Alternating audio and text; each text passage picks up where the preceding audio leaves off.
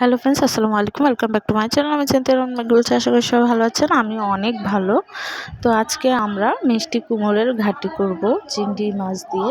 তো প্রথমে আমরা মিষ্টি কুমড়োগুলোকে ভালো করে কেটে ধুয়ে একটা তো কড়াইতে পানি দিয়ে সিদ্ধ করার জন্য দিয়ে দিলাম।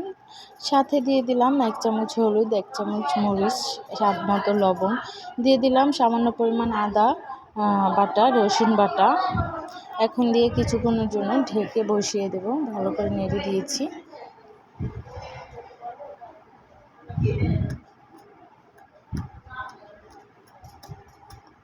এখানে নিয়ে নিয়েছি 4 পিস 5 পিস চিংড়ি মাছ, একটু বড় বড় 4 পিস চিংড়ি মাছকে আমরা ছোট ছোট করে কেটে এখন আমরা ওগুলোর সাথে দিয়ে দেব।